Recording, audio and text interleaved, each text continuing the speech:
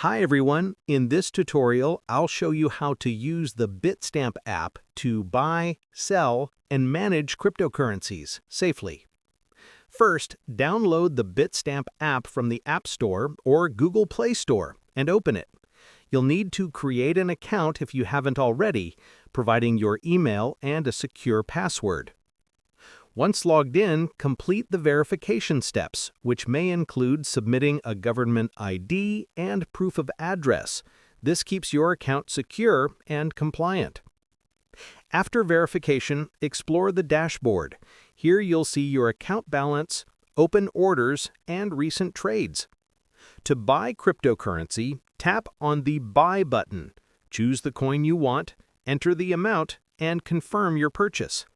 Selling works the same way. Tap Sell, select the coin, enter the amount, and confirm. You can also transfer funds by going to the Wallet section. Here, you can deposit money from your bank account or withdraw crypto to another wallet. Finally, take a moment to review your account settings and enable two-factor authentication. This adds an extra layer of security to protect your funds. And that's it. Now you know how to navigate the Bitstamp app to trade and manage your cryptocurrencies efficiently. Thanks for watching, and be sure to trade responsibly.